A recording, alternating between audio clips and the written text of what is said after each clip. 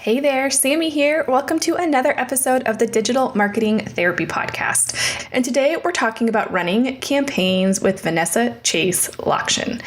We have a wonderful conversation about how to kind of set up the campaigns, how to tell stories, how to really pull it all together to make sure everything is ready from start to finish to have an extremely successful campaign. I think you're really going to like this one.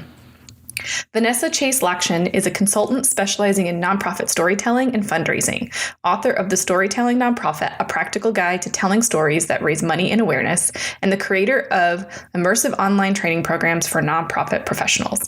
Vanessa's approach goes beyond the strategies and tactics to empower nonprofit professionals to be the expert their organization needs. Vanessa has helped clients raise millions of dollars, increase monthly giving programs to over 5,000 donors, and develop winning digital strategies. Vanessa's fundraising career started at the University of British Columbia, her alma mater. Her clients have included Barnard College, Meals on Wheels, Association of America, Girl Scouts of the USA, British Columbia Children's Hospital, Senior Medicare Patrol, the Dixon Transition Society, Zanesville Museum of Art, Win Without War, and Open Media. Vanessa and I know each other from another professional network that we're in, and it's been so great to have her on this podcast. I love her take on everything and just how she kind of lays out for you what a campaign can look like. Now, I understand that we're close to year end, so hopefully you have your year end campaigns all ready to go. But if not, you'll get some great tips here. Otherwise, really just some good things to think about as you plan for 2022 and figure out how often you're going to run campaigns, what that looks like, and how it's all going to come together. So let me know what you find to be the best aha moment for you. But before we get into this episode, it is brought to you by our Patreon channel. We put so much effort and love into our patrons.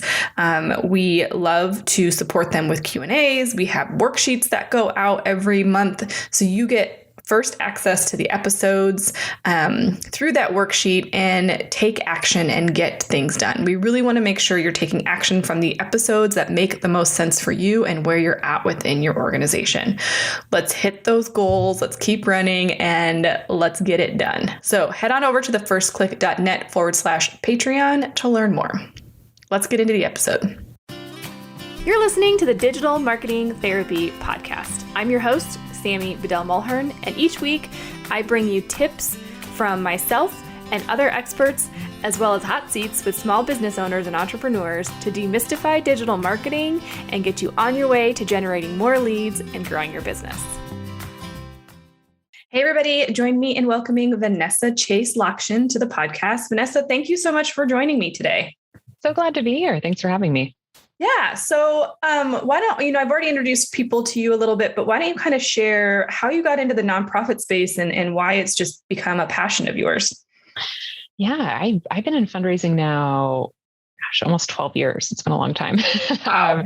I got started in fundraising right out of college, actually. I ended up working in the advancement office where I went to school at the University of British Columbia. Kind of haphazardly, I had done some marketing work at the university before that. And then my second job right out of college was in the fundraising and advancement department. And I didn't know anything about fundraising. I'm still really surprised they hired me, but I learned a lot. I learned from some truly amazing direct response marketers on that team and just found a real interest in the creativity of direct response fundraising and wanted to see what else was out there in fundraising. And I ended up working at a smaller social service organization in Vancouver a couple of years after that, where I did manage a mid-level monthly giving program, and then wanted to try my hand in consulting. And I've been working for myself and consulting with nonprofits since 2013 now, and have had the opportunity to work with some truly incredible clients. And I think the thing that makes me passionate about this work and keeps me doing it is just getting to work alongside people who are just so passionate about what they're doing and about the cause that their organization has, and being able to help them raise the money they need to do great work in the world. That's so awesome. Well, so you've seen it all. You've seen probably really well-run campaigns. You've probably seen some that were thrown together in 5 minutes. You've probably seen a lot of areas of opportunity throughout all of those years of fundraising. Definitely. Yeah, there's like quite the gamut in fundraising in terms of what organizations can do and what they do end up executing. And I think a lot of that sometimes is dependent on the organization's size and budget, which often Mm-hmm. correlates with the sophistication of their fundraising program. But there's also tons of small grassroots organizations that have really strong fundraising. And I think to me, one of the through lines that I see in organizations who run really good campaigns is really good project management and understanding that the campaign is more of like a process and a project to manage, not just like this one outcome that they're seeking. And that they don't think about the fundraising ask like as a sort of like vacuum in and of itself, that they understand that the ask is the result of a lot of communication and Mm-hmm. messaging and momentum that they build going into that. And that's really kind of like the support system that helps a campaign thrive in the end. Well, and what I love about what you said, and then we'll jump into some tactical stuff here. But what I love about what you said is it doesn't matter the size of your organization, because what you're talking about, the planning, the project management, that doesn't cost you money. It's not like you're saying, well, it's only organizations that have a ton of money to spend in advertising, right. Or, like it's all about just getting organized yeah, sure. and having a plan in place. Mm-hmm. Yeah. I mean, I always think that fundraising campaigns can be as complex or simple as you make them. Like it's always just a series of decisions that you make about what sort of channels and tactics you're going to run, how you want to market that campaign before you go live with the asking phase of it. And I think even for small organizations, I've worked with some really small ones in the last 10 years with teams of like only a couple of people. They've run really great, successful campaigns because they got organized and they got it together ahead of time, and they were able to really mobilize themselves and the resources that they had in a really strategic way. Yeah. So let's talk about the planning process a little bit, because I think sometimes, especially for those of you procrastinators, if you're still working on your year-end campaigns, for sure, like hopefully you get some good tips here. But just really, as we think about planning for the next fundraising year, and we're trying to figure out multiple or different campaigns that we're going to run, I think like you alluded to, like the ask is maybe where organizations start, but that's not really where the beginning phase begins with the campaign. So where is a good place for people to start when they're thinking about really putting effort in thoughtfully planning out these events? Yeah, I think there's a couple of things that I think about in campaigns that I've run. And, in the last year I've run a digital fundraising program for one of my clients. And we've had a few campaigns that have done into the six figures of email fundraising. And so when I think about how we run the email portion of those digital campaigns, as an example, there's a couple of things that I always think about. I mean, I start with kind of a top level of like, what is the goal? So in terms of like the scale of this campaign, like, is it on the smaller side? Do we have a really ambitious campaign goal because of a matching gift or something of that nature? And so I just want to kind of wrap my mind around this is sort of the gravity of the goal that we're going for. And yeah. I look also to, I mean, I'm definitely like a data nerd when it comes to this stuff. So I look also at like not just the overall amount that we want to raise, but, number of gifts, lifts in giving that we might want to see, new donors, other kinds of qualifying, like other kinds of things that would be indicators of success for the campaign.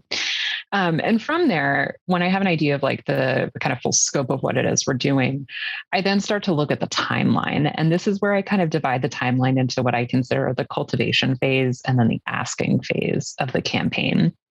And I think that the cultivation phase of the campaign can vary quite a bit. Like it could be only like a week or two ahead of the asking part of the campaign, or it could be a little bit longer of a runway. I've definitely had some campaigns in the last year where we've had a cultivation phase that's more like 4 to 6 weeks. That's really because maybe we're introducing an entirely new messaging arc, a new program, something that we want to educate and inform people about before we go into asking. And we know that there's more legwork in that when we get into like a fundraising ask for something that they've never seen before. Yeah. And then, in terms of the timeline on the asking side, I look at like, what sort of volume of asks are we doing? What kind of follow-up is required in terms of the tactics and looking at that. And I think that's where you can kind of get into how complex you want it to be in terms of the myriad of ways that you might be asking people to donate to that campaign. So those are definitely two of the places that I start with that when I start kind of running through that decision-making process. So then when you have kind of the goals in place and you know exactly kind of what your targets are and maybe, what segments of your list you're going after and all of those things, how important does kind of the messaging then become? You kind of alluded to, at longer term, if we have a new message, or maybe shorter term, if we have a warmer audience, but, how key is that messaging in the success of those campaigns? I think it's a really essential part. And I think that we often overlook the value of really good messaging. Like ultimately, messaging is part of what makes the campaign cohesive and consistent, especially if it's happening over many weeks or many channels. Like you want people to feel like they're getting the message and grasping the concept no matter where they're encountering it, right? Whether it's on social, on your email list, or in a direct mail piece. And so to me, part of spending time and thoughtfulness like on the messaging is achieving like a high degree of consistency across those places. Yeah. And being able to really like kind of hone in on what it is you want to get across during that campaign that's going to inspire giving. And so I often look at, kind of like 1 to 5 key points in a campaign, depending on like how big it is. And, some of those key messages may be more of like for the cultivation phase. Some might be more specific to the asking phase of that campaign. But I really want to just kind of like drill down into what is it that I want people to know? And what is it that I think is going to be most likely to compel them to make that gift and to participate in the campaign? And, I think that that's often where, I go back and look at, old data that I have, audience research we may have collected, to kind of look at like trends around like what has worked with people and what has worked with a particular audience, to think about what might be sticky in terms of messaging. And if it's a totally new messaging direction, I think that there's still a really important way where you can lean on what's worked before in terms of like the actual verbiage and language that you're using.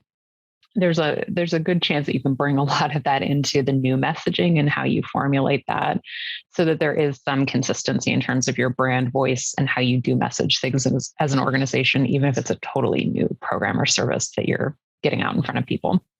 Yeah, because you're really priming them so that when the ask does come, it's a much easier yes, right? You've kind of removed all of those objections before you even make that ask. Exactly. And I think like, when I sit down and write fundraising emails specifically, like I'm always thinking about going into that first ask in the email. Like my job is to make it like a no-brainer to when people get to that first link to click. Like I want it to be so like seamless. I want it to be like a really flawless argument and narrative into that ask, so that people are like, oh yeah, like of course I'm going to donate to this. Like there's a problem. Here's a solution. I can donate and make this solution happen. Right. Yeah. And I think that good messaging will often help kind of prime that, so that the legwork isn't quite as heavy when you get into the actual fundraising appeal.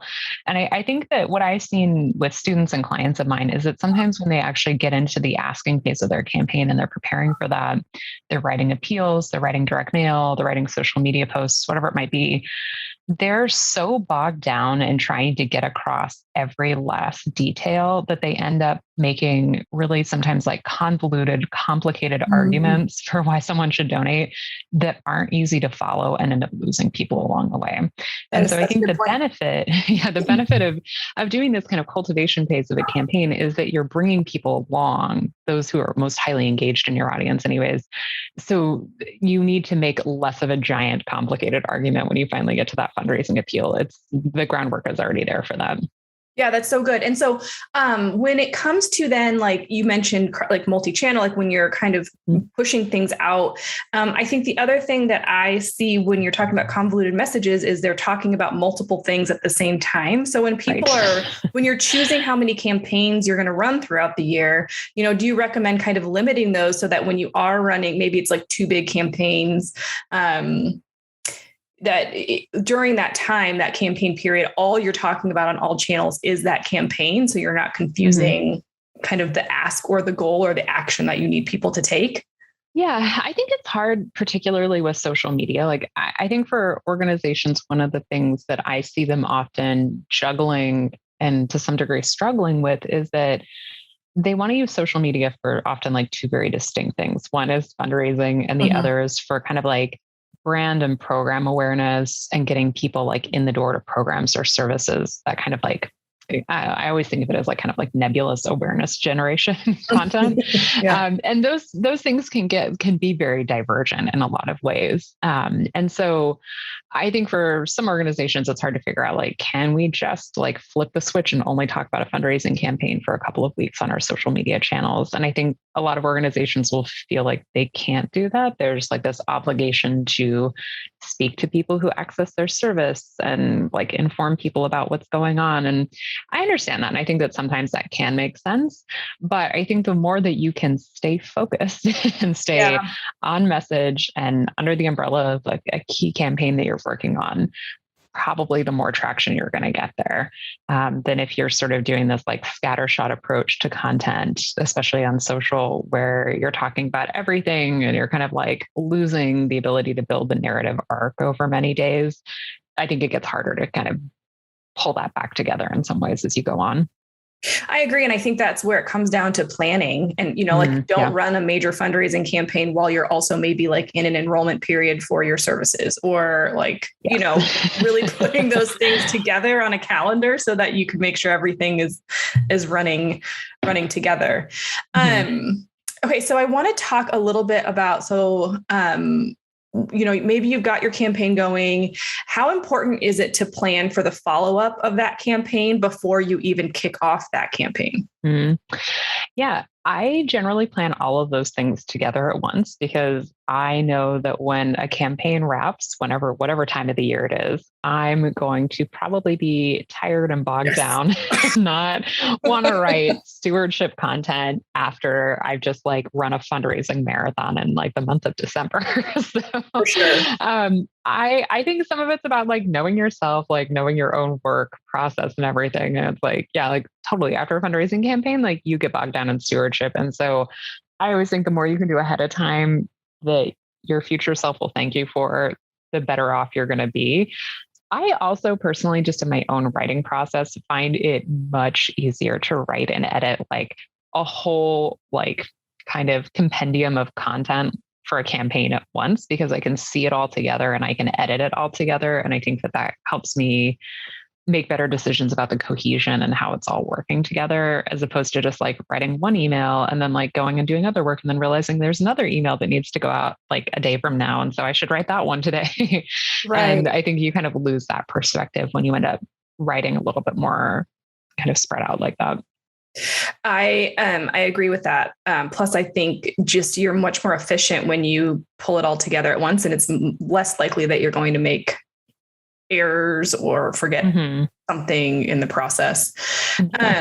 So if somebody was going to do a super simple campaign, because you've talked a lot about different elements that would need to be included, email, direct mail, all of those things. But if we were going to really simplify it and be specific, what types of things do you think are must-haves for a fundraising campaign? And maybe what would be like nice to haves if you're ready to kind of step it up?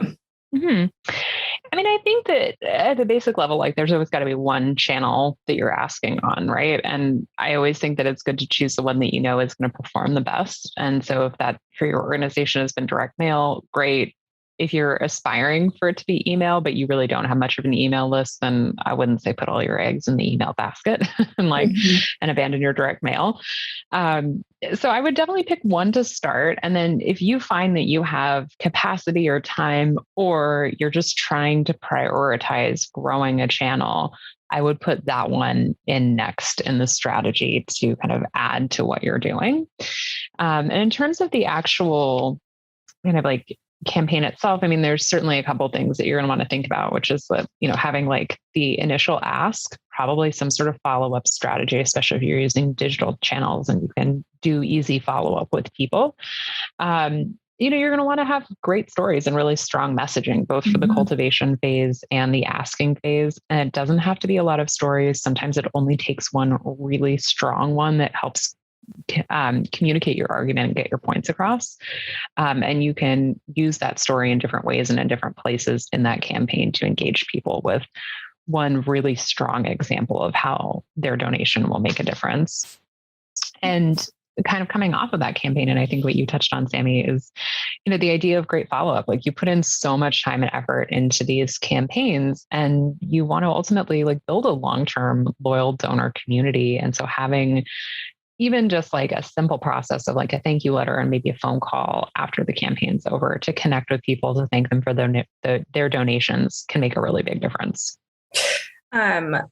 I love that you brought up phone calls, because I'm a huge fan of that. And I think I agree with you. The thing that makes me the most sad is that retention rates with donors is terrible across the board, generally speaking. So, like you said, you put in all this effort.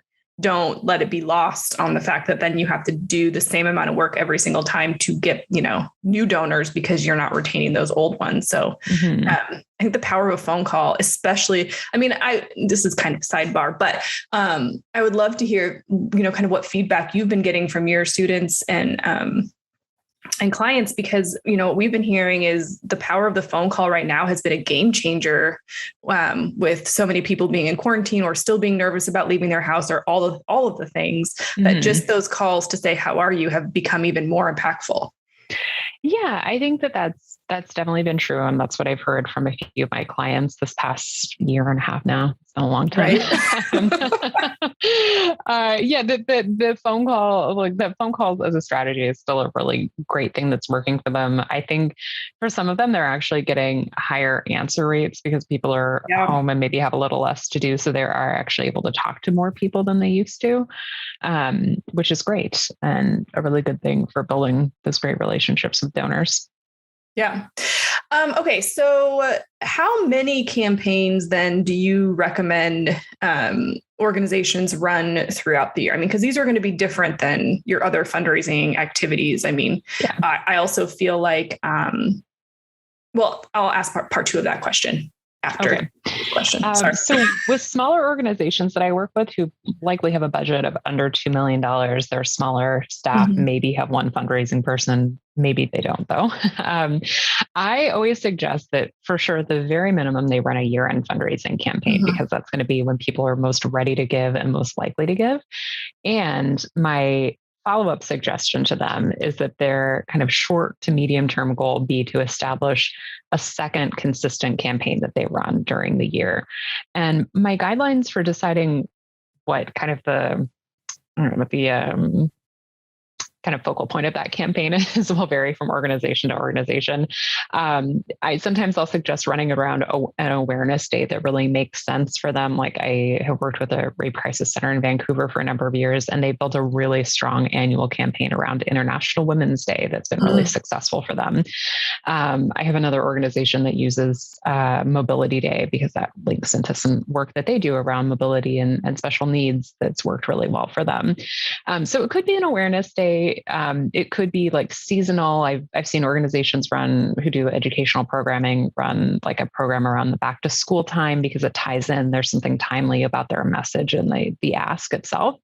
I would say there's also kind of more of the like flash in the pan moments that sometimes are a little harder to like predict, because they're usually dependent on what's going on in the news cycle. But sometimes there's just going to be a really great opportunity for you to spot and to build a campaign around if you can do it quickly.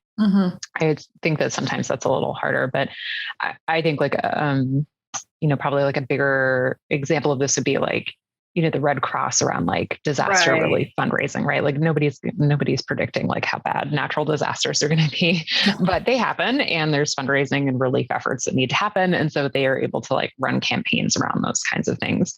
I think that kind of fundraising takes a little bit more practice and getting kind of identifying those opportunities. But I think that there's a real, like the timeliness around them and about what's happening in kind of a broader social like kind of context can make it a really powerful campaign. Sure. Like, I'm sure a lot of organizations adjusted and switched things around the Me Too movement, around Black Lives Matter, like those types of things that were not predicted, that then allow your organization to, communicate your mission and continue to do, more work in that area. Okay. So then if people are doing multiple campaigns, let's just say two things. One, with the messaging, like, do you recommend like, we don't want to have different messaging all the time. Obviously, it needs to be timely and make sense. But then on the flip side of that, to organizations that say, well, we've already talked about this, we can't talk about it again, kind of how would you balance those two things? Yeah, I think for me, when I work on campaign messaging, like there's always some element of evergreen messaging that's in there. Like there's some things that are just never going to change about your organization, how you do your work, how you approach it, whatever that might be. And I do want to integrate that because that's kind of, to me, like the through line that I want to thread through all of the campaigns that people will hopefully really integrate and know about the organization. And then there's also like that element of like, things like it's a different time of year, like maybe things have shifted, and like what kind of sub message can we add to that to make that key message more relevant for someone? So I'll give you a good example. One of my clients right now is in the middle of a big campaign. They get a lot of requests for funding this time of year with school starting back up. They work with special needs children. And so they're getting requests for things like mobility equipment and tutoring and specialized therapies. All of those are often like renewal requests for things that they ask for every school year. And so for them, like one of their key messages is that the fall is always a very busy time of year for them with school starting back up and kids having additional requests for support that they need to grant. And this year has been especially busy for them because they recently, over the summer, launched a new program for funding private autism assessments for children. And they've been inundated with requests for this. And so those kind of two messages were ones that we used in one of the campaigns that we ran recently, both because we were able to kind of tie it into like what's happening right now, this kind of like predictable seasonal thing that always happens to this organization. They get more requests in September, October, and there's been like an unbelievable increase in demand because we started offering this new funding area for folks who live in British Columbia. And I think together, like adding in that second message, help the organization establish some more relevancy and also establish a need and an important and urgent one at that people will hopefully want to donate to. Well, and because you're a data nerd, right? There's something to be said to running a similar campaign year over year so that you can have metrics to track what's working well, what's not working well, and makes it easier to kind of understand when it's time to really maybe make a change to the stories you're telling or the way your messaging is hitting people. For sure. And you asked me also the question about like, what would I say to organizations who say like, oh, we'd said this before? I always say to people, like my kind of question back to them is usually like, do you remember everything that came in your inbox yesterday? Right. Like, do you remember the text that you got last Friday? Like, do you remember like the piece of mail you got a month ago? Like, just kind of think about your own your own usage of these different channels. Like, nobody remembers these things. Like, I always tell people that the one nonprofit I remember for their email volume, this was like 3 or 4 years ago. It took getting something like 37 emails from them in December before I was like, I think I'm getting a lot of emails from them. Like the line at which it was like, this is outrageous. Like I've heard from these people so many times this month is so much further over than people think it is. Oh. And I think it's similar too with the repetitiveness of messaging, but like that's a function of what good messaging is. Like if you think about big corporate brands, like the messaging doesn't change. Like them for something, like they're very on message all the time. Like that's what it means to be on message. And I think that for a lot of organizations, they feel like, oh, like we're just asking for the same thing. We're banging the same drum of need, like whatever that is. But it's like, that's what you do. Like, that's your work. Right. Like, that's what you need funding for. And like, it's okay that that's not changing, especially if people are still donating to it and they're still responding at similar rates that they've been into the past. Like, you don't need to reinvent the wheel on that. Well, I think there's something to be said for that consistency, because then I know as a donor, they're providing consistent work. They're providing something that I knew I was giving to. I feel good about that. Like, I'm not going to get bored if you keep telling me that you are doing the same work. Like, that means that you're doing great work. Yeah, exactly. Okay. So the last kind of thing that I wanted to touch on was when you're talking about pulling all this together and making sure you have it all kind of in this nice little package before you go out. I know this isn't, you're not going to say like, well, it takes 2 weeks, but like, roughly how much time should an organization maybe plan ahead and say, okay, well, we're going to give ourselves, 3 weeks before the campaign launches to pull this all together? Like, have you seen certain trends or seen successes here that might help people? Yeah. I mean, I think that looking at probably at least 2 weeks before the cultivation phase of your campaign starts is where you want to look at for sure. I always tell people, I mean, I do copywriting professionally. And so I always think of myself as like a fairly proficient, good writer. And I also know that I benefit from more time for editing because editing is where the magic happens in editing copy. And so I think that having more time to like mull things over, strengthen your arguments, like all of those things will be beneficial to you. And I know that sometimes you don't have endless time to just keep like beating the dead horse of your fundraising email to try to like whip it into perfection. Right. And so, I think like idealistically, like, or ideally, I always think like, probably like 4 or 6 weeks of planning and time to write and run things through approval processes within your organization is nice. And I know that that doesn't always happen. So I often will say like, maybe aim for more like 3 weeks or so. Yeah. No, I know I find myself, and I'm not a professional copywriter by any means, but I always find my copy gets better when I give myself like, I'm going to write it. I'm going to leave it alone for a couple of days. I'm going to come back and I'm going to make edits. And I give myself a specific number of rounds of edits. Like, this is it. Like once I've done 2 rounds of edits, like it's going, we're just going to leave it alone. Yeah, exactly. Awesome. Well, is there anything else around kind of storytelling and messaging with campaigns and kind of making sure everything all comes together that you want to mention that maybe I didn't ask about?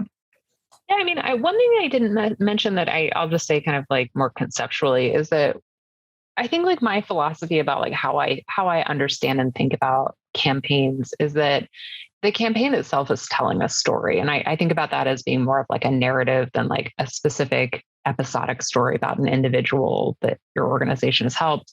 But I think it can be really useful in the planning phase of your campaign to just think about like, well, what is the story that we plan to tell over several weeks to our audience? And with each point of contact that we have with them, how are we moving that story forward? How are we developing it a little bit more, deepening somebody's knowledge about our organization? Kind of highlighting something from a different perspective or point of view. I think that kind of understanding of the campaign will help you kind of get out of the trap of just saying what often feels like the same thing every time you contact someone and think a little bit more creatively about each point of contact you have in that campaign and to think about it as though you were like building this bigger like conceptual story about your work and about this particular fundraising ask. That is an excellent point and a great way to kind of remove some of that writer's block. I think. Well, Vanessa, thank you so much for joining me. I think a lot of great tips in here, and whether you've run lots of campaigns or you're, trying to step it up and run your first campaign, I think a great framework here for people to start with. If people want to know more about you and learn from you, how can they do that? Yeah, you can find me over at thestorytellingnonprofit.com. And I teach a class called the Storytelling Nonprofit Masterclass, which is a deep dive into all things storytelling and fundraising. And you can find that over at thestorytellingnonprofit.com/masterclass. Awesome. And we'll have all these links up in the show notes so you can check those out as well.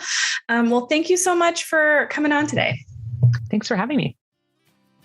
Big, huge thank you to Vanessa for joining us, and head on over to thefirstclick.net/128 to check out the show notes and to get some additional resources that Vanessa has shared.